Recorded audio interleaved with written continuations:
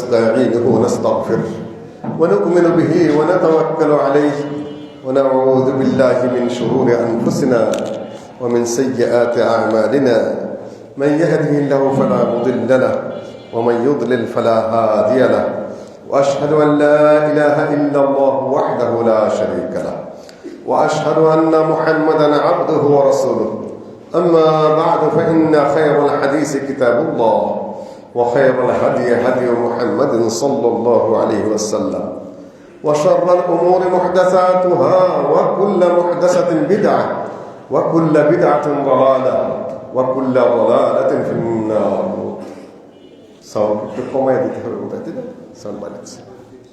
أما بعد فأعوذ بالله من الشيطان الرجيم. بسم الله الرحمن الرحيم. يا أيها الناس اتقوا ربكم إن زلزلة الساعة شيء عظيم يوم تذهل كل مرضعة عما أرضعت وتضع كل ذات حمل حملها وترى الناس سكارى وما هم بسكارى ولكن عذاب الله شديد. بسم الله الرحمن الرحيم. ظهر الفساد في البر والبحر بما كسبت أيدي الناس. বংশালস্থ ঐতিহ্যবাহী শরীয়তুল্লাহ জামে মসজিদে উপস্থিত সম্মানিত নারী ও পুরুষ মুসল্লিয়ানগণ, সংক্ষেপে আপনাদের সামনে বালা মুসিবত এবং কিয়ামত এর উপরে সামান্য আলোচনা উপস্থাপন করার চেষ্টা করব ইনশাআল্লাহুল আজিজ। এই যে দুনিয়াটা, এই যে মাটিটা আমরা দেখতে পাচ্ছি, আল্লাহর ক্ষুদ্র একটা সৃষ্টি মাত্র, ছোট্ট একটা সৃষ্টি। এর চেয়ে সূর্য আরো অনেক বড়। আকাশে এত কোটি কোটি গ্যালাক্সি রয়েছে, এক একটার মধ্যে কোটি কোটি সূর্য ঢুকে যেতে পারে। কোটি কোটি নক্ষত্র এরকম রয়েছে, বিশাল সৃষ্টি। তার উপরে আকাশ, তার উপরে আকাশ, তার সাত আকাশ, তার উপরে কুরসি, তার উপরে সাগর। সবচেয়ে বড় সৃষ্টি হল আল্লাহর আরশ, রব্বুল আরশিল আজিম। আল্লাহ নিজেই বলেছেন আজিম, বিশাল আরশ। আল্লাহ তার উপরে, আল্লাহ দাঁড়িয়ে বসে শুয়ে না, আরশের উপরে। ভুল তাফসীর করে চলেছেন মানুষ। সম্মানিত উপস্থিতি, এই দুনিয়া শেষ হয়ে যাবে, আমরা শেষ হয়ে যাবে এই দুনিয়ার থেকে। কিন্তু দুনিয়াও বিদায়ের ঘন্টা বাজিয়ে দিয়েছে, শেষ পর্যায়ে এসেছে। হাদিস তাই বলে, দুনিয়া আদানাত বিসারমিহা, দুনিয়া ঘোষণা দিয়ে দিয়েছে যে আমার এখন বিদায়ের সময়, বিদায়ের পালা, আমার বিনষ্ট হয়ে যাওয়ার, ধ্বংস হয়ে যাওয়ার সময় এসে গেছে। তার আগে কিছু আলামত আছে। মানুষের পাপাচার, মানুষের অন্যায়, মানুষের দুর্নীতি, মানুষের খারাপি, মানুষের জুলুম, এই সবই কিয়ামতের আলামত। কিয়ামতের আলামত কিছু ভালো আছে, কিছু মন্দ আছে, কিছু স্বাভাবিক আছে। সব আলামতে খারাপ না, মানে এগুলা ঘটবে কিয়ামতের আগে। তার মধ্যে একটি হলো জালজালা, কম্পন। জালজালা মানে কম্পন, আর্থকোয়েক, ভূমিকম্প। এটা ঘন ঘন হতে থাকবে।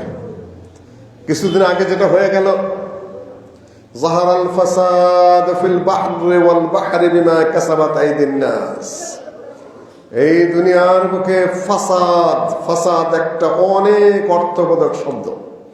সমস্যা, জটিলতা, খারাপি। যাহারা মানে প্রকাশ পেয়েছে, ফিল বাহরি ওয়াল বাহর, সাগরে, মাটির উপরে, অন্তরিক্ষে, সর্বত্র শুধু খারাপ আর খারাপ। কিয়ামতের আগ দিয়ে ভালো কিছু নেই। যেখানে যাবেন সেখানেই খারাপ। আবহাওয়ার খারাপই। ঢাকা শহরে বাতাসের মধ্যে এমন পরিমাণ সীসা, যে পরিমাণ বিষ ঢুকতেছে ভিতরে, আপনি খালি চোখে বুঝতে পারবেন না। সাউন্ড পলিউশন, এই যে গাড়ি চলতেছে হরন দেয়া দেয়া, এটা যে আপনার ব্রেনের কত ক্ষতি করছে, আপনার হার্টের যে কত ক্ষতি করছে। তারপর বাতাসের, এয়ার পলিউশন, বাতাসের যে খারাপই, ঘনবসতির কারণে, এই গাড়ি জাহাজের কারণে, তার মধ্যে আর পটকা ফোটানি। মুসলমানের সন্তান পটকা ফোটায়, খ্রিস্টানদের সময় নেই, মানুষের ঘুমাইতে হবে, রুগী আছে, পড়াশোনা করতে হবে, পরদিন অফিসে যেতে হবে, মনের আনন্দে বোমা ফুটাচ্ছে। ফটকানা সাধারণ ছোটখাটো না, বোমা ফুটেছে ঘরের থেকে। ঘরের মালিকেরও খবর নেই, যারা যে বাসাটা ভাড়া দিয়েছেন তারাও চিন্তা করেন না যে নিষেধ করবেন। রাস্তায় তো টোকাই পোলাপন আছে, ফুটাচ্ছে। একদিকে সাউন্ড পলিউশন, ব্রেন নষ্ট করছে, হার্ট কান নষ্ট করছে, আরেকদিকে আবহাওয়া নষ্ট করছে। আর আনন্দটা কাদের? খ্রিস্টানদের। খ্রিস্টান কিন্তু ঘরে ঘরে পটকা ফুটায় না, নির্দিষ্ট জায়গা আছে সেখানে একে ফুটায়। আর মুসলমানরা খ্রিস্টানদের ক্রিসমাস এবং 31st নাইট নিজেদের ঘরে ঘরে ঘুরুম ঘুরুম করে ফুটাচ্ছে। আক্কেলও নেই, বুদ্ধিও নেই, বিবেচনাও নেই, কেউ বুঝানোর লোক নেই। কে বইলে আবার তার ঘরের মধ্যে আমার মারবে একটা। আশ্চর্য মানসিকতা। কি পরিমাণ ক্ষতি করছো তোমরা মানুষের জীবনের। এটা সচেতন হতে হবে। জাহারাল ফাসাদ ফিল বাররি ওয়াল বাহর বিমা কাসাবাত আইদিন নাস। ঘরে ঘরে জিনা, ব্যভিচার, মোবাইল কালচার যে পরিমাণ খারাপি, আউযুবিল্লাহি মিনাশ শাইতানির রাজিম, খারাপি, অন্যায়। সুনানে ইবনে মাজার হাদিস রয়েছে, মানুষ যখন বেশি বেশি অন্যায় করবে, বেশি বেশি পাপাচার লিপ্ত হবে, আল্লাহ এমন রোগ দিবেন যে রোগ আগে কেউ কোনোদিন দেখেনি। যাকাত দান খরচ বন্ধ করে দেবেন, আল্লাহ আকাশ থেকে বৃষ্টি বন্ধ করে দেবে। কতগুলো রয়েছে। পাপাচার যখন বৃদ্ধি হয়ে যাবে তখন সালসালা। আল্লাহ একটু খেয়াল করে দিবেন। আফা আমিনু, আল্লাহ বলেন তারা কি নিশ্চিত হয়ে আছে? আইয়াতিয়াহুম বাসুনা বায়াতাও ওয়া হুম নাইমুন, ঘুমন্ত থাকা অবস্থায় আল্লাহর শাস্তি এসে যাবে। দুহা ওয়া হুম ইয়ালাবুন, দিনের বেলায় সকালে খেলাধুলা করতেছে, আনন্দ করছে, এই সময় এসে উপস্থিত হবে। তারা কি দিয়ে ঠেকাবে? ঠেকানোর কোনো কারণ নেই। আপনি সবকিছু ঠেকাইলেন, ভূমিকম্প কি দিয়ে ঠেকাবেন? ভূমিকম্প শুধু মাপতে পারবেন, ফিরাবেন কি দেয়া? এত রিক্টার স্কেলে এত উঠেছে, 5 পয়েন্ট এত, 6 পয়েন্ট এত, 7-এর উপর উঠলে ঢাকা শহরের অধিকাংশ বিল্ডিং গুড়িয়ে যাবে। তা আল্লাহর এই পৃথিবী ধ্বংস করতে কয় সেকেন্ড লাগবে? আল্লাহর শুধু নির্দেশ, কাল্লামহিল বাসার, চোখের পলকে সব সেকেন্ডের মধ্যে সারা পৃথিবী ধসিয়ে দিতে আল্লাহর কয় সেকেন্ডের ব্যাপার, কয় সেকেন্ডের ভূমিকম্প, এর মধ্যেই ভেঙেছে। তাও মাত্র স্বল্প মাত্রা, ওইটা যে 7 থেকে 8-এ উঠে যায়।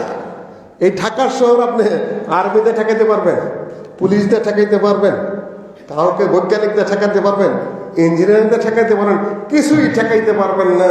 ইসরাফিলের সিংহা যদি আবার যখন ফুৎকা দেবে তখন সাথে সাথে চন্দ্র, সূর্য, গ্রহ, নক্ষত্র সব খসে পড়বে।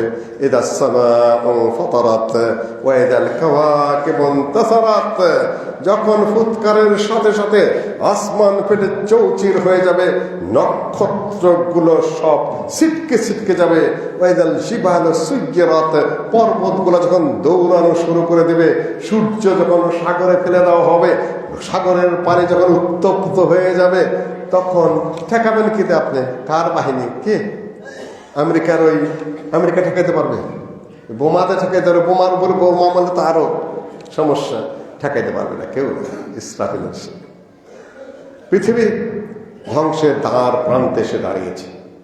পাপাচার, অন্যায়, দুর্নীতিতে, আল্লাহ বিরোধিতার কাজে কর্মে শেষ মুহূর্তে এসে দাঁড়িয়ে গেছে। কিন্তু আমরা বেখবর, আমরা গাফেল, আমরা খেয়াল করছি না। আলেম ওলামাদের সব তো ব্যস্ত আছে, সামনে নির্বাচন, তাই না? হুজুররাও ব্যস্ত আছে, মুজুররাও ব্যস্ত আছে, আলেমেরা জাহেলেরা ওই যা ঘটে ওইটার পিছনেই, তাই না? মনে হয় আর পৃথিবীতে কোনো কাম নাই মানুষের, ওইটা চলেও ওটার ভাব মতো। কিন্তু মানুষ, তুমি আল্লাহকে ভুলে যাচ্ছ কেন? তুমি আখিরাতের কথা ভুলে যাচ্ছ কেন? সালাতের কথা তুমি ভুলে যাচ্ছ কেন? যে আল্লাহ তোমাকে সৃষ্টি করেছেন সেটা তুমি ভুলে যাচ্ছ কেন? মৃত্যুর পরে তোমার কি হবে সেটা তুমি ভুলে যাচ্ছ কেন? ইয়াউমা তাদহালু কুল্লু মুরদিআতিন আম্মা আরদাত ওয়া তাদউ কুল্লু যাতি হামলিন হামলাহা ওয়া তারান নাসা সুকারা ওয়া মা হুম বিসুকারা ওয়ালাকিন্না আযাবাল্লাহি শাদীদ। ইয়াউমা তাদহালু কুল্লু মুরদিআতিন আম্মা আরদাত। দুই প্রকারের হাদিস এসেছে, এই কাহিনী দুইবার ঘটবে। সহিহ বুখারীতে জামিয়া তিরমিজিতে যখন ইসরাফিলের এই সিংহায় ফু দিবে, মানুষ ভয় পেয়ে যাবে। এই দোকানদাররা ব্যবসায়ীরা কাপড় ছড়িয়ে দিয়েছে বিক্রি করবে, চামড়া ছড়িয়ে দিয়েছে বিক্রি করবে, তাই না? যারা সাইকেলে বা সাইকেল, এই পাটপুর দেখেন কত সুন্দর, আপনি এটা নিয়ে যান, তাই না? হোটেল খুলে রেখেছে, খানা বেড়ে দিয়েছে, খান। এই সময় খানা দানা বন্ধ, বেচাকিনি বন্ধ, হালওয়ার হাল বন্ধ, জালওয়ালার জাল বন্ধ, দোকানদারের বেচাকিনি বন্ধ, গ্লাস মুখে দিয়েছে পানি পান করবে, ইসরাফিলের সিংহার আওয়াজ এসে গেছে, পানি পান করা বন্ধ। এটা কিসের আওয়াজ? এটাকে বলে নাফখাতুল ফাজা। ভয় সৃষ্টি হয়ে যাবে ওইখানেই বন্ধ। ইয়াউমা তাদহালু কুল্লু মুরদিআত, এমন ভয় পেয়ে যাবে। ইয়াউমা তাদহালু কুল্লু মুরদিআতিন আম্মা আরদাত। দুগ্ধপুষ্য শিশু, যে মা সন্তানটাকে বুকে নিয়ে দুধ খাওয়াচ্ছে, আদর করে মাথায় হাত বুলাচ্ছে, তাদহালু, ওই সন্তানটাকে ভুলে যাবে ওই আওয়াজের সাথে সাথে। এই হাদিসে অন্য প্রকারও আছে, ওয়া তাদাউ কুল্লু যাতি হামলিন হামলাহা, যে নারীর পেটে বাচ্চা আছে, আওয়াজ শোনার সাথে সাথে অটোমেটিক সব বাচ্চা পড়ে যাবে ভয়ের চোটে। এই হাদিসটা আবার সহিহ বুখারীতে অন্যভাবে আছে, এটা আগেও ঘটবে। আদম আলাইহিস সালাতু ওয়াস সালামকে আল্লাহ বলবেন, আদম তোমার সন্তানদেরকে জাহান্নামে ঢোকাও। বাবাকে বলে না, পঞ্চায়েতে যখন বিচার আচার করেন তখন মুরব্বিও ডাকেন, বাচ্চাটারও ডাকেন। আগে কনকে, এই তোমার বলা তুমি শাসন করো, তাই না? আদম তো আমাদের বাবা, আল্লাহ তাই করবেন কি, আদম তোমার বাচ্চাদেরকে জাহান্নামে ঢোকাও। হে রব্বুল আলামিন, কারে কারে ঢোকামো, কি পরিমাণ? যে 99% জন যাবে তোমার বাচ্চারা জাহান্নামে, ঢোকাও। এইখানে ইয়াউমা তাদহালু কুল্লু মুরদিআতিন আম্মা আরদাত। ভয়ে ভীতিতে হায় হায় 99% জনই যদি জাহান্নামে যায় আগুনে, তো বাঁচবে কে? আল্লাহ নবীকে বলা হলো, ইয়া রাসূলুল্লাহ এত পরিমাণ যাব? যে শোনো, তোমাদের বুঝতে একটু ভুল হয়েছে। সেটা হলো আদম সন্তানদের মধ্যে ইয়াজুজ মাজুজরাও আছে, আরো অনেক সন্তান রয়ে গেছে, তাদের তুলনায় তোমরা উম্মতে মুহাম্মদ একটু কম। তাদেরকে বাদ দেওয়ার পরে যা থাকবে সেখানেও তোমরা অনেক পরিমাণে জান্নাতে চলে যাবে, 3 ভাগের 1 ভাগ তোমরা চলে যাবে। আল্লাহু আকবার বলে উঠলেন সাহাবীগণ। শুধু এইটুকু নয়, আল্লাহ বলেন অর্ধেক চলে যাবে তোমরা ইনশাআল্লাহ জান্নাতে। সবাই আল্লাহু আকবার বলে উঠল। নবী মুহাম্মদ সাল্লাল্লাহু আলাইহি ওয়াসাল্লামের উম্মত জান্নাতে এইভাবে যাবে যে এত মানুষ হবে, এত মানুষ হবে, তার মধ্যে অধিকাংশই কাফের, অধিকাংশই মুশরিক, অধিকাংশই জালেম, অধিকাংশ জাহেল, তারা জাহান্নামে চলে যাবে। উম্মতে মুহাম্মদের গুনাহগার বান্দাদেরকে আল্লাহ মাফ করে জান্নাতে দিয়ে দেবে। 99 ভাগের 1 ভাগ। আল্লাহর দয়া এত অসীম, অফুরন্ত। উম্মতে মুহাম্মদী হতে পেরেছি আমরা, আল্লাহ নবীর উম্মত হতে পেরেছি, এটা বিশাল ব্যাপার। আল্লাহ নবী বলেন, সহিহ মুসলিমের হাদিস, আল্লাহ 100টা দয়া সৃষ্টি করেছেন, 100টা। এক একটা দয়ার পরিমাণ হলো মাটি থেকে নেয়া আকাশ পর্যন্ত। এই দয়াই কি সেটাও আমরা দেখি না, মাটি থেকে না আকাশ পর্যন্ত সেটাও আমরা কি দেখি চোখে? আল্লাহ নবী বলেছেন কথা সত্য, 100টা সৃষ্টি করেছেন। তিবাকাস সামাওয়াত ওয়াল আরদ, আসমান এবং জমিনের মধ্যে যত জায়গা আছে একটা মাত্র দয়া সেটা ভরপুর হয়ে যায়। তার মধ্যে একটা পাঠিয়েছেন আল্লাহ, 99টা রেখে দিয়েছেন। ওই একটা দয়ার কারণে মানুষ মানুষকে মায়া করে, মা সন্তানকে বুকে জড়িয়ে ধরে, গাভী তার বাচ্চাকে চাটে, বাঘও তার বাচ্চাকে আদর করে। মানুষ মানুষের ফকির যে কান্নাকাটি করে, একটা ভিক্ষা কেন দেয়? মনটা নরম হয়, তাই না? ওই একটা দয়া। একটা দয়া আল্লাহ মানুষের মধ্যে, জীবজন্তুর মধ্যে, সকলের মধ্যে বন্টন করে দিয়েছেন। এই জন্য বাবা সন্তানের জন্য জীবন দিয়ে দেয়, মা সন্তানের জন্য জীবন দিয়ে দেয়। মায়া, মোহব্বত, ভালোবাসা কোটি কোটি, হাজার হাজার কোটি মানুষের মধ্যে, হাজার হাজার কোটি জীবজন্তুর মধ্যে আল্লাহ ওই একটা দয়া বন্টন করে দিয়েছেন। 99টা রেখে দিয়েছেন আল্লাহর কাছে শুধুমাত্র কিয়ামতের দিন আপনাকে বাঁচানোর জন্য। এই একটা বার ওইটা সে যোগ হবে। সহিহ মুসলিমের হাদিস অনুযায়ী, অন্যান্য হাদিস অনুযায়ী একটা যোগ হয়ে 99টার সাথে আমার 100টা পুরো হয়ে যাবে। শুধু আপনাকে দয়া করবেন আল্লাহ কিয়ামতের মাঠে। ইয়াউমা তাযহালু কুল্লু মুরদিআতিন, এই যে বললে হাদিসের মধ্যে এসেছে, এত মানুষ জাহান্নামে যাবে। সম্মানিত মুসলিমগণ, দুনিয়ায় এই সকল সমস্যাগুলো আসবে। এই মাটিটা কিছুই না, এর মধ্যে টেকটনিক প্লেট রয়েছে। আপনার রেল লাইন দেখেছেন তাই না? রেল লাইনের এক পাতের মধ্যে আরেক পাতের মধ্যে কিন্তু এই 2-3 ইঞ্চি ফাঁক থাকে। যখন ট্রেনটা জোরে চলে, লোহাটা নরম হয়ে গিয়ে ওইটা এটার সাথে মিশে যায়। ওইটা যদি সমান সমান লাগাই দিত তাহলে কি হইতো? উপরে উঠে যেত লাইন। ফাঁকটা রেখেছে এই জন্য ট্রেন চলার সময় ওই মাপে ওই ফাঁকটা পুরো হয়ে যায়। শুধু যদি এক লাইন থাকতো তাহলে কি হতো? লাইন নরম হয়ে উপরের দিকে উঠে যেত। এটা বৈজ্ঞানিক বুদ্ধি, ওরা হিসাব করে দেখেছে যে কতটুকু ফাঁক রাখলে ট্রেন যত জোরেই চলুক ওইটার সাথে কি হবে? মিলে যাবে। এই মাটিটা ওইভাবে বানানো আল্লাহর সৃষ্টি। ওইটাকে বলে টেকটনিক প্লেট। মাটিটা ঘোরে ভিতরে, কি যে আল্লাহর সৃষ্টি। ওইটা ঘোরার সময় যখন এটা জোড়া লেগে যায়, ওইটা উপরের দিকে উঠে যায়। এই উপমহাদেশের নেপাল থেকে নিয়ে আসাম পর্যন্ত এই সকল জায়গাগুলো বিপদের ঝুঁকির মধ্যে আছে বৈজ্ঞানিকদের গবেষণার কারণে। যে কোনো মুহূর্তে যে কোনো সমস্যার সৃষ্টি হয়ে যাবে। ওটা আল্লাহ সরিয়েও নিতে পারেন, আল্লাহর ইচ্ছা তো, তাই না? আমরা দেখে বলি এই বৃষ্টি হওয়ার সম্ভাবনা, তাই না? বৃষ্টি নাই, রোদ এতদিন থাকবে, মেঘ এসে যায়। আমি যা সামনে দেখি তার উপর ভিত্তি করে বৈজ্ঞানিকরা, অফিসাররা বলে দেন এই হওয়ার সম্ভাবনা আছে। মুহূর্তের মধ্যে আল্লাহর ইচ্ছা হয় না। আবার যা মনে করি না সেটা হয়, যা মনে করি সেটা আমার হয়ও না। এটা তো আল্লাহর ইচ্ছা। আমি কিভাবে বলবো? এই মুহূর্তে আকাশে মেঘ নাই, একটু পরে আসলে আমি কি করবো? ওটা আল্লাহর ইচ্ছা, ওটা আল্লাহর হুকুম।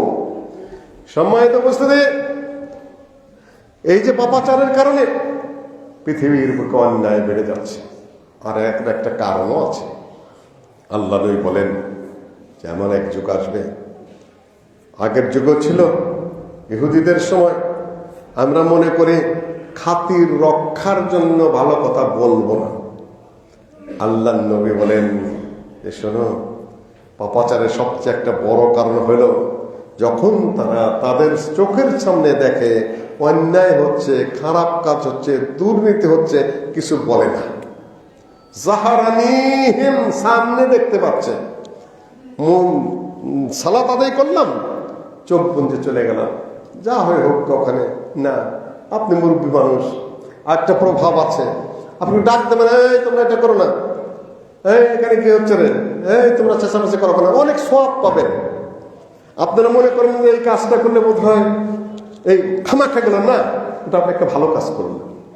ওইটুকু ডাক দেওয়ার কারণে যদি মানুষের একটা বিবাদ বিসম্বন না হয়, একটা বিপর্যয় না হয়, আপনি ডাকটা দিবেন না কেন? প্রত্যেক মুরব্বীরা, প্রত্যেক গ্রহণযোগ্য মানুষেরা, প্রত্যেক সাধারণ মানুষরা একটু যদি ডাকাডাকি করেন, এই পটকারা ফুটায় এইভাবে সমস্যা হইতেছে, এই তোমরা এখানে গ্যাঞ্জাম করতেছ কেন, সমস্যা হইতেছে, এই তোমরা বিড়িটা খাই না, এখানে অনেক অনেক হয়। সোয়াবের পরে সোয়াব, রহমতের উপর রহমত, সামাজিক শৃঙ্খলা, পঞ্চায়েতের শৃঙ্খলা অনেকটা টিকা থাকে। আর যতই বাদ দিবেন ততই বাড়বে, ততই বাড়বে। ওরা নিজেরাও খারাপ কাজ করবে, আল্লাহর পক্ষ থেকে গজব বাড়তে থাকবে। হাদিসে এসেছে যে যখন তাদের সামনে দেখে কিন্তু কথা বলে না, কি কারণে? খাতির নষ্ট হতে পারে, সমস্যা হতে পারে, তখন আল্লাহ কয়েকটা কাজ করে। 1 নম্বর, যে বন্ধুত্বের জন্য এটা বাদ দিল, ওই শত্রুতা আল্লাহ সৃষ্টি করে দেন, তাদের মনের মধ্যে হিংসা বিদ্বেষ বাড়িয়ে দেন আল্লাহ। তারপরে কি করেন? যে দোয়া করবে, দোয়া কবুল হবে না। দোয়া কবুল না হওয়ার একটা বড় কারণ হলো যে অন্যায়, দুর্নীতি, সামাজিক সমস্যা যেগুলা আছে সেগুলা থেকে যখন আপনি কথা বলা বাদ দিবেন, আপনি নিজের দোয়া কবুল হবে না। সুম্মা তাদউনাহু ফালা ইস্তাজাব, দোয়া কবুল হবে না। কিন্তু আপনার মনে করছেন দোয়া কবুল না হলে এটাও একটা কারণ, কেন আপনার কর্তব্য কাজটা আপনি করেন নাই। হতেই হবে রেজাল্ট এমন জরুরি না, আপনি আপনার কর্তব্যটা করে যাবেন। এগুলাও কিয়ামতের একটা বড় আলামত। লেকাইয়াকুনা আকিলাহু আও জালিসাহু আও শারীবাহু, একত্রে বসে খাইতাম, গপ্প করতাম, এটা নষ্টই হয় নাকি? দুইটা একটু ভালো কথা বললে সমস্যাই হয় নাকি? না না না না, এটা শরীয়তের বিধান না। আকুল কওলি আস্তাগফিরুল্লাহ।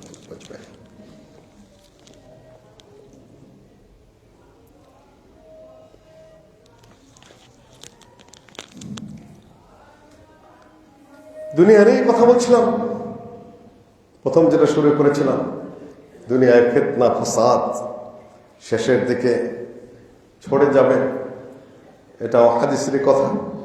আপনি তার বিরুদ্ধে যতটা পারেন লড়ে যাবেন, এটাও হাদিসের কথা। সোয়াব পারবে, এটাও হাদিসের কথা। হাদিসে এসেছে লা তাকুমুস সাআতু ইল্লা আলা শিরারিল খালক, কিয়ামত হবে না কিন্তু শুধুমাত্র খারাপ মানুষের উপরে। ভালো মানুষগুলা মরতে থাকবে, ভালো মানুষগুলা সরতে থাকবে, ভালো মানুষ শেষ হতে থাকবে। মুমিন গুনাহগাররাও মারা যাবে। মুমিন গুনাহগাররা মারা যাওয়ার পরে তারপর কিয়ামত হবে। লা তাকুমুস সাআহ ইল্লা আলা শিরারিল খালক, কিয়ামত হবে সবচেয়ে খারাপ মানুষগুলোর উপরে।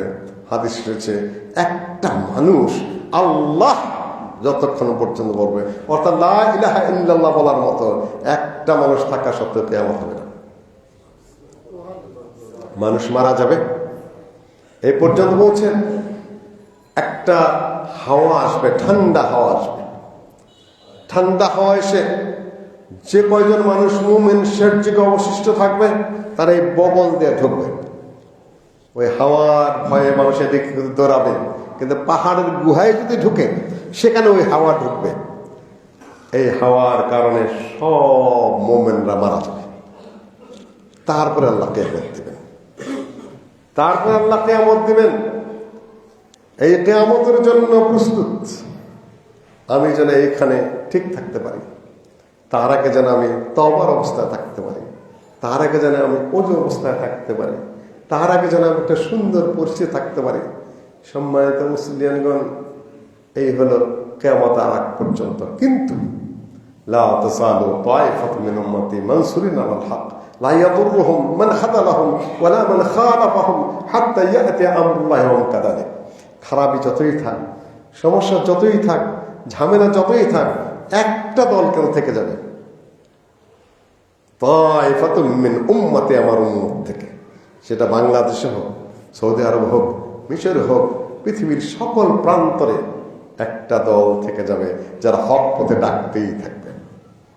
ইমাম আহমদ বিন হাম্বল, ইমাম বুখারী তারা বলেছেন ইল্লাম ইয়াকুনু আহলাল হাদিসে ফালা নাদরি মান হুম, তারা যদি আহলুল হাদিস না হয় তাহলে আমার জানা নাই তারা কারা। আপনারা খেয়াল করলে দেখবেন কথা কি, ভাষা কি, কিসের সাথে কি যুক্ত করছে, কোন জায়গায় কুফরি এবং শিরকে ঢুকে পড়ছে, কোন কোন জায়গায় হাদিস লুকাচ্ছে, কোন কোন জায়গায় সমস্যা সৃষ্টি করছে, একমাত্র আহলুল হাদিস ছাড়া কারো মুখ সংযত নেই।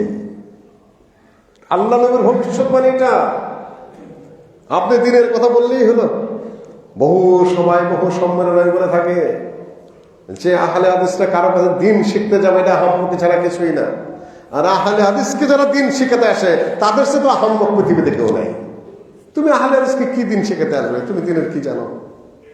এরা দিন জানে, এরা তাওহীদ জানে, এরা শিরকের বিষয়টা জানে, এরা সুন্নাত জানে, এরা বেদাতের বিষয়টা জানে, এরা সহিহ হাদিসের খবর রাখে, জাল হাদিস তারা এড়িয়ে চলে। তুমি তাদেরকে কোন দিন শেখাতে এসেছো? তোমার কথা ঠিক আছে, তোমার আচরণ ঠিক আছে, কিয়ামত পর্যন্ত কিন্তু হকপন্থী দলটা থাকবে, কিন্তু অহংকালীন এদের সংখ্যা হবে কি স্বল্প, কম। কম হলে আপনি বাতিল, বেশি হলে আপনি হক। এটা হকের মানদণ্ড নয়। কোরআন এবং হাদিসের দলিল আপনার সাথে আছে কিনা, এইটাই আপনার মানদণ্ড। জানাজার সালাতে সূরা ফাতিহা পড়বেন কি পড়বেন না, হকের মানদণ্ড কত লক্ষ মানুষ ওখানে, না না না, একটা দলিল যথেষ্ট।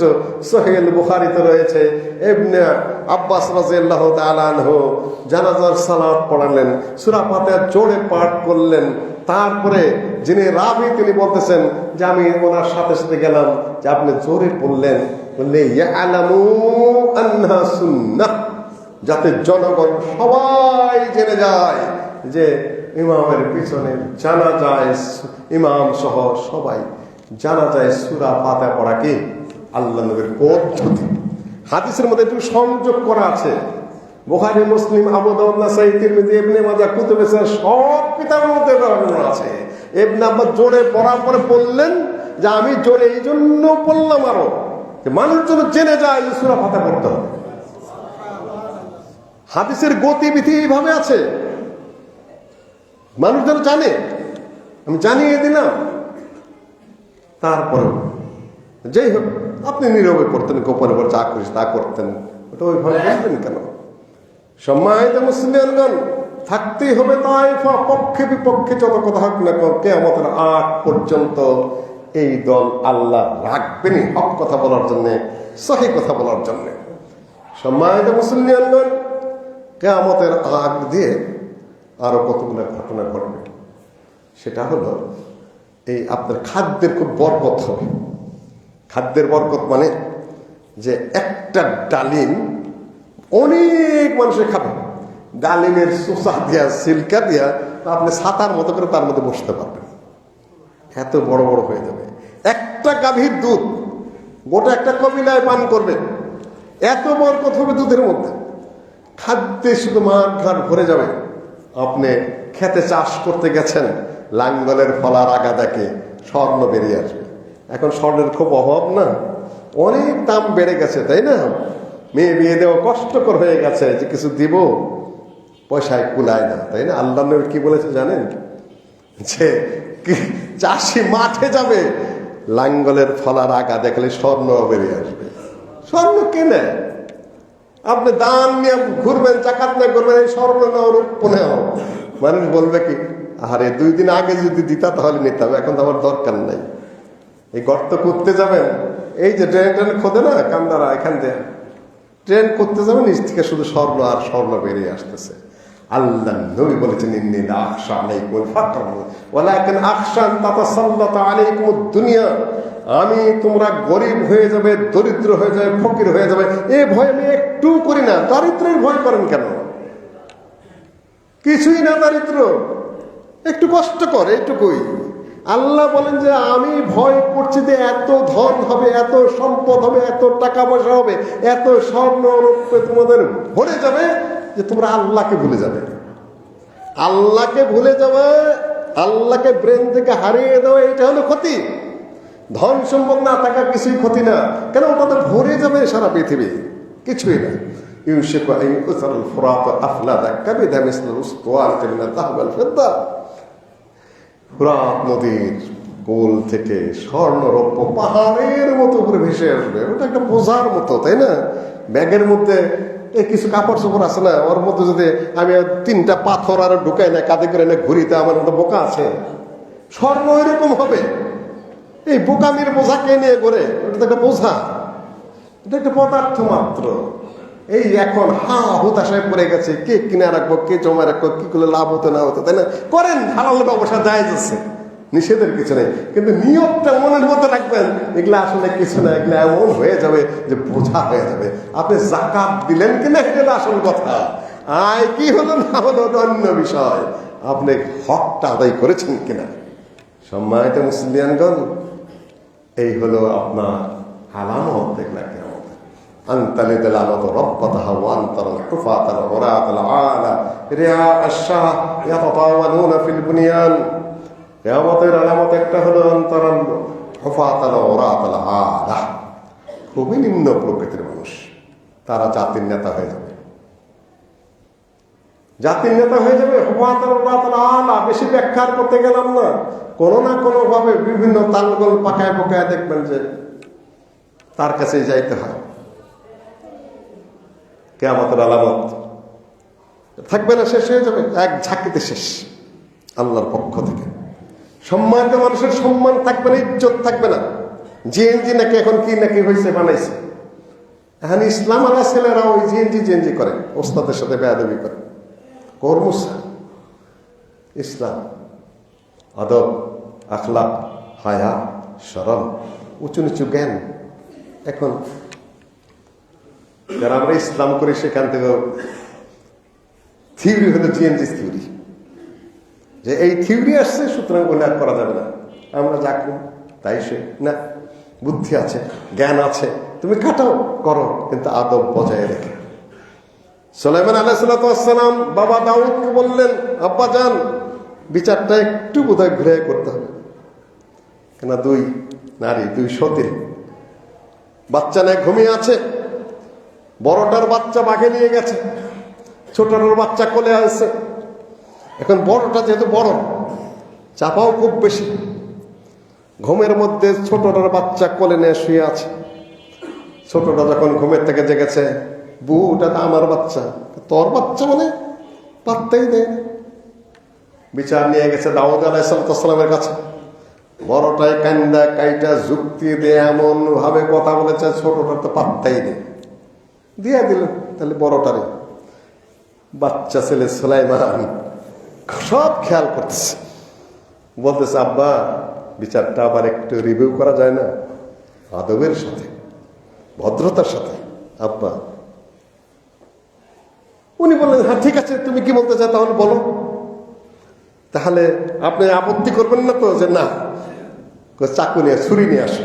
সেই মুসলিমের বিবরণ সংক্ষেপে আছে ওখানে। ছুরি নিয়ে এসে বললেন যে আমি তাহলে এটাকে দুই ভাগে ভাগ করে কাইটা দুইজনকে দিয়ে দেব সমান সমান। যেহেতু ও তো খালি তর্কই করতেছে, ওর সাথে আর কোনো দলিল নেই, খালি চাপাটাই সম্বল। বড়টাই রাজি হয়ে গেল, হ্যাঁ কেটে সমান করে দাও, কেন বাচ্চা তোর না, কাটলে ওর আর আত্মাটা শান্তি পায়। ছোটটাই বলল, বাচ্চা আমার না, বাচ্চা বড়টা, বড়টাকে দিয়ে দেন। কি বুঝলেন? তখন সুলাইমান আলাইহিস সালাম বললেন, আব্বা এখন বুঝেন বাচ্চাটা কার? তাহলে বাচ্চা ছোটটার। কেননা বাচ্চা যার, সে কখনো চাবে না যে তার বাচ্চা মারা যাক। সতীনের কোলে হলে, অন্যের কোলে হয়ে সে বেঁচে থাক, পৃথিবীর যে কোনো প্রান্তরে হোক না কেন। বড়টাই মারতে রাজি, ছোটটাই কয় বাচ্চা আমার না, তার মানে বাচ্চা ছোটটারই। সুলাইমানকে আরো অনেক বুদ্ধি আল্লাহ দিয়েছেন, কিন্তু বাবার সাথে বেয়াদবি করতে যায়নি কখনো। বাবার বিচার সঠিক ছিল না, সেটাও সত্য, তোমরা করো, কিন্তু বড় বাবা, মুরব্বী, এলাকার যারা, সম্মান তো রক্ষা করে চলতে হবে। কিসের চিনছি? এটা ওকে আমাদের আলামত। আদব আখলাক পৃথিবীর থেকে আস্তে আস্তে উঠে যেতে থাকবে। মাখাফাতাশ্বর, মানুষ মানুষকে ভয় করবে, মানুষ মানুষকে সম্মান করবে, ইজ্জত দেওয়ার জন্য না, খালি জীবনের ভয়ে। এটা কিয়ামতের আলামত। মানুষ মানুষকে সম্মানের ভাব দেখাবে, ভয় করবে, সম্মান করবে না। কি জানি আমার আরো অপমান করে কিনা, মানুষের সামনে গায়ে হাত দিয়ে বসে কিনা, দুটো অশ্রাব্য গালি দিয়ে বসে কিনা, এগুলাও কিন্তু কিয়ামতের আলামত। পুরুষের চেয়ে নারী বেশি হয়ে যাবে, এক একজনের সাথে 40 জন করে হয়ে যাবে। নারীর ক্ষমতায়ন, নারীর ক্ষমতায়ন, নারীর ক্ষমতায়ন নিয়ে তো খুব একবার মুখে ধুলা তুলতেছেন। তার উপরে আবার নারী কমিশন যেটা করেছে, সেটা তো এক শয়তানি কমিশন। কতগুলা মহিলা, তার পারিবারিক কোনো খবর নাই, তার বউ পোলাপন কি, বাপে তাড়ানো, মায়ে খাটানো, কতগুলা আইনা কি যে অশ্রাব্য কার্যকর, আমি প্রথম থেকে শেষ পর্যন্ত পড়েছি। ওইটাতে নারী কমিশন। অনেক ঝামেলা আছে। আপনার মনে করবেন যে খুব ভালো কিছুর অপেক্ষায় আছে আমরা, না, কিয়ামত তো আসতে হবে। ভালো কিছু এলে কিয়ামত কোথার থেকে? ওই আশা করবেন না, খালি দোয়া করতে হবে, আল্লাহ ভালো কর, রব্বে সাল্লিম, রব্বে সাল্লিম, রব্বে সাল্লিম। আমি কোনো ভালো কিছুই আমার ভোতা চোখে দেখতে পাচ্ছি না। আল্লাহ যদি রক্ষা না করে, ইল্লামা রাহিমা রব্বুক, আল্লাহ তুমি রহম করো, আল্লাহ তুমি দয়া করো। যে লাও সেই কদু, শুধুমাত্র পরিবর্তন। মদের বোতল ঠিকই আছে, বোতলের পরিবর্তন হয়েছে শুধুমাত্র, জিনিসটা তা তাই।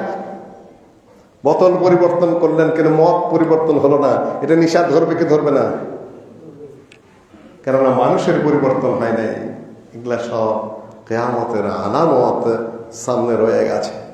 দাজ্জাল আসবে, অনেকেই কিয়ামতের ডেট দিয়ে দিয়েছেন, টাইম দিয়ে দিয়েছেন। এটা হারাম কথাবার্তা। 2023 সালে কিয়ামত নিয়ে আসলেন, তারপরে আমার দাজ্জাল লেখা এসে গেছে। দাজ্জাল যখন আসবে, একটা দিন হবে কত বছরের? একদিন 1 বছরের হবে, আর একটা দিন 1 মাসের হবে। এইভাবে একটা দিন যে 1 বছরের হবে, সূর্য লড়বে না, সেই দিনটাকে আসছে। হাদিস তো সহিহ। আপনি কিভাবে বললেন যে দাজ্জাল আসছে? আপনি কিভাবে বলেন যে মেহেদী আসছে? সহিহ হাদিসের বিপরীতে আপনি যা থাকুন, আর আপনারা মাথায় তুলেন এই সকল কথাবার্তা। যদি আহলে হাদিস না থাকতো, তাহলে এই সকল ফালতু কথায় দুনিয়া ছেয়ে যেত। ফালতু কথায় দুনিয়া ছেয়ে যেত। আহলে হাদিস থাকা যে কত রহমত! আর এই দেশের প্রতি আল্লাহর আরো রহমত। শত শত ছেলে পেলে মদিনা ইউনিভার্সিটির, যেখানে দাজ্জাল ঢুকতে পারবে না, সেখান থেকে পাশ করে এসেছে। আমাদের সাথে বড় সম্পদ এই বাংলাদেশে আর নাই, কারোরই নাই। সবচেয়ে বড় সম্পদ এলেমের সম্পদ, সবচেয়ে বড় সম্পদ কোরআন এবং হাদিসের সম্পদ। সেটা আহলে হাদিসের হাতে আছে, আর কারো হাতে নাই। 2-4 জন না, এই দেশের বড় বড় মাদ্রাসা থেকে আলেমগুলা বেরিয়ে আসছে, ভারতের মাদ্রাসাতে বেরিয়ে আসছে, পাকিস্তানের মাদ্রাসাতে বেরিয়ে আসছে। আল্লাহর হাজার শুকরিয়া, আমাদের আলেমের অভাব নেই, যেটা আর কারোরই নেই। এলেম উঠে যাবে, ইয়াকসুরুল জাহল, জাহালাত বেড়ে যাবে, মূর্খতা বেড়ে যাবে। মূর্খতা বলতে শরীয়তের এলেমের জাহেল। এই লাইট, এই ফ্যান, এই ভিডিও, এগুলা হলো এটা শরীয়তের এলেম, টেকনিক্যাল জিনিস। এটা মানুষ নিজের ইচ্ছায় বানাবে, এটা কত বড় করে ভাবার কিছুই নাই। এর মধ্যে জাহান্নাম জান্নাতের কোনো ফয়সালা নাই। জান্নাত এবং জাহান্নামের ফয়সালা কোথায়? এলেমের মধ্যে। সেই এলেম এবং আলেম আল্লাহ আমাদেরকে দিয়েছেন। যখন আলেমেরা মরে যাবে, ইত্তাখাযান নাসু রুউসান জুহালা, কিছু মাথা নেতা, জাহেল নেতাদেরকে মানুষ মুফতি বানিয়ে নেবে, মুফাসসির বানিয়ে নেবে, মুফতি বানিয়ে নেবে। এটা কোরআনের কথা। এখন ধর্মীয় নেতারা লেখাপড়া নাই, কোরআন হাদিস কিছু জানে না, তারা ধর্মীয় ভাষণ দেয়, ফতোয়া দেয়। আশ্চর্য! এগুলাও কিয়ামতের আলামত। ইত্তাখাযু রুউসান জুহালা, তারা ফতোয়া দিবে। ওয়াদাল্লু ওয়া আদাল্লু ইফতুনা বিগাইরি ইলম, ইলম ছাড়া ফতোয়া দিবে। ফাদাল্লু ওয়া আদাল্লু, নিজেরা পথভ্রষ্ট হবে, অপরকে পথভ্রষ্ট করবে। এসে গেছে, এসেছে। মাঠে ঘাটে দেখবেন খালি মুফাসসির আর মুফাসসির, ওয়াজ আর ওয়াজ, কি যে বলতেছে রাত দিন। তা আল্লাহই ভালো জানে। আগা নাই, গোড়া নাই, কোরআন নেই, হাদিস নেই, আকীদা নাই, বোধ শক্তি নেই, খালি যা মনে চাই বলেই চলেছে। আর মানুষ বুধ হয়ে সেখানে বসে বসে শুনছে, কিন্তু সত্যিকার এলেমের কথা কেউ শুনতে চায় না। কিয়ামতের আলামত সমস্যা হয়ে গেছে ব্রেনের মধ্যে। সম্মানিত উপস্থিতি, শেষ জামানায় এই পর্যায়ে আমরা পৌঁছে গেছি। কাজে শেষ জামানায় ঈমান বাঁচানো এতটা কঠিন হয়ে পড়বে যে হাতের তলার মধ্যে জ্বলন্ত কয়লা নিয়ে চলা যেরকম কঠিন, ওই রকম হয়ে যাবে।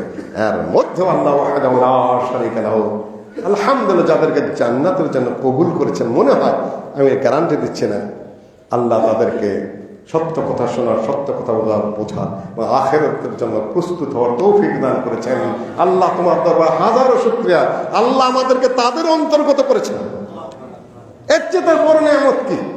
হতে তো পারতাম আমরা এই মাজার ফকির হইতে পারতাম, হতে তো পারতাম আমরা জীবজন্তু হতে পারতাম। मेरे मालिक ने मुझ पर एहसान किया, खाके नाचिस थी मैं, फिर मुझे इंसान क्या? শুয়োর কুকুর হইতে পারতাম, আল্লাহ তো মানুষ বানিয়েছেন, তারপরে আবার মুসলিম ইমানদার বানিয়েছেন, তারপরে আবার আহলে হাদিস হওয়ার সুযোগ দিয়েছেন। এর চেয়ে তার বড় নিয়ামত আমাদের কাছে কি আছে? ধরে থাকবেন ঈমান আমার। সম্মানিত মুসলিমগণ, আপনারা বরাবরই আমাদেরকে একটু সহযোগিতা করে থাকেন। বাংলাদেশ আহলে হাদিস জামাত আলাদা কোনো বিক্ষিপ্ত সংগঠন নয়, সবাই আমরা সহযোগী সংগঠন। খালি নিয়তটা ঠিক করলেই হয়। 2-4টা সাইনবোর্ড থাকতেই পারে। বহু দোকান আছে না, এখান থেকে বিরিয়ানির দোকান মেলা আছে না, কাপড়ের দোকান আছে। একটা শত্রু নাকি? শত্রু না। আমরা ওই একই কাজ, মানুষ কিছু ভালো খাবার দিতে চাই, কাপড় দিতে চাই, তাই না? আমরা সবাই যদি সহযোগী মানসিকতা হয়, উন্নত চিন্তা হয়, উঁচু ধারণা হয়, পরস্পর মিশে যদি চলতে পারি, সেটা কোনো খারাপ কিছু না, সেটা ভালো বিষয়, খারাপের কিছুই নেই আলহামদুলিল্লাহ। ফেরকা হওয়া আর সংগঠনের সাইনবোর্ড হওয়া, মাযহাব সব এক বিষয় নয়। ফেরকা হলো আকীদার বিভ্রান্তি, মাযহাব হলো সহিহ হাদিস পাওয়া সত্ত্বেও নিজের যেটা ইমামে কিছু ওইটাই ধরে রাখা মাযহাব। আর সংগঠনগুলোকে আমরা কিছু ভালো কাজ করতে চাই বিভিন্ন সাইনবোর্ডে, সময় মতো আমরা সব এক। আলহামদুলিল্লাহ সবাই আসতেছি আমরা এখানে। ঐক্য সম্মেলন বলতে পারি আমরা কোনো দিক থেকে। এখানে আমরা প্রতি বছর 2 দিন ব্যাপী একটা ইজতেমা করি, যেহেতু আপনারা এখানে অনেক সুবিধা দেন আমাদেরকে। আল্লাহ যেন আপনাদেরকে আমাদের সুবিধা দেয়। আল্লাহ ফি আউনিল আবদ মা দামাল আবদু ফি আউনি আখি।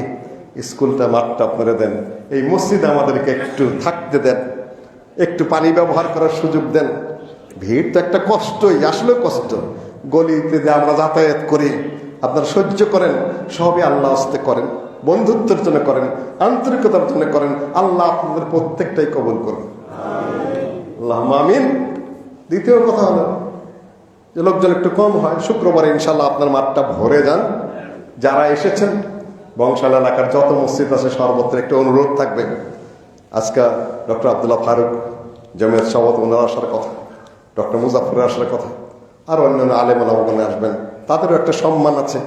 আপনাদের বুকের মধ্যে, মাঠের মধ্যে আমরা সভা করছি, আপনারা না গেলে আমাদের জন্য একটা অসম্মানজনক, আপনাদের জন্য খুব বেশি সম্মানজনক না। একটু অনুরোধ করব সব মসজিদ থেকে, সবাই থেকে আপনারা একটু উপস্থিত হবেন। খুব বেশি টাইম তো না, মাগরিবে সরাসরি পরে না গেলেও যারা যাইতে পারবেন যাবেন। আর যারা এসার সময় আপনাদের মোটামুটি পূর্ণাঙ্গ উপস্থিতিটা কামনা করছি, অনুরোধ করছি আপনাদের কাছে যাবেন। 3, অনেক টাকা পয়সা লাগে, আমাদের পয়সাও কম, কিছু ঘাটতি থাকে অনেক। যাদেরকে আল্লাহ 2 পয়সা দিয়েছেন তারা একটু ঘাটতিতে, আব্দুল সামাদ ভাই আছেন এখানে, ইমাম সাহেবরা আছেন, যারা আছেন, ছাত্র আছে, ঘাটতিতে একটু পুরা করতে আপনারা একটু সহযোগিতা করবেন। খুব বেশি কিছু না আপনাদের জন্য, এখানে ব্যবসায় মানুষ, এই 2 পকেটে একটু হাত দিলেই আমাদের এই সামনে আমাদের জন্য বোঝা, আপনাদের জন্য কিছুই না। একটু সহযোগিতা করবেন ইনশাআল্লাহ। আল্লাহ আমাদের সবাইকে কবুল করে নিন। ইবাদাল্লাহ রাহিমাকুমুল্লাহ, ইন্নাল্লাহা ইয়া'মুরু বিল আদলি ওয়াল ইহসান ওয়া ইতা'i যিল কুরবা ওয়া ইয়ানহা আনিল ফাহশাই ওয়াল মুনকারি ওয়াল বাগই ইয়া'iদুকুম লা'আল্লাকুম তাযাক্কারুন ওয়া লাযিকরুল্লাহি তাআলা আ'লা ওয়া আ'azzu ওয়া আতাম্মু ওয়া আকবার। আকিমিস সালাহ।